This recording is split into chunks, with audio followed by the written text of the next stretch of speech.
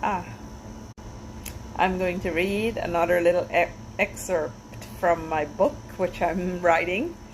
And it goes like this. It's easy for our minds to become confused when we're inside of the darkness or working with our shadows, because the ego is highly aroused and doing everything in its power to pull our consciousness back into its illusory states of comfort through its stories and meaning making, and will keep us or keep you in this loop for centuries, as many of us, have now discovered and have now become aware of.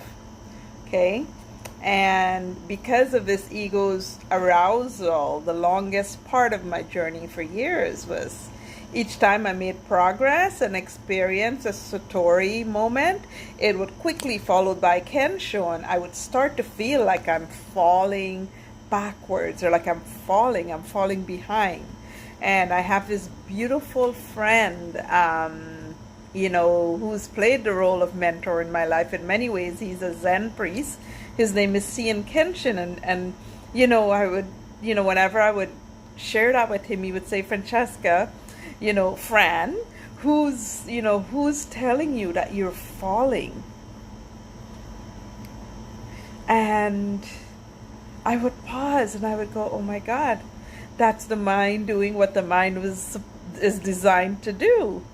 So this feeling of falling will quickly trigger, thoughts that I'd done something wrong during my self-examination process, just as thinking thoughts I wasn't supposed to, or perhaps I would unconsciously did something wrong that triggered this universal unplugging.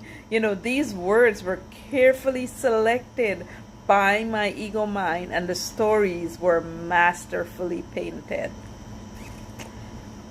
And there's a joke that I make with my, clients, or when I'm sharing wisdom, and I say, I always like to remind everyone, the ego will do what the ego does. So mindfulness becomes everything in our journey, right? Being aware, pure awareness, like we say in Buddhism, pure awareness is embodied, is embodied, is embodied.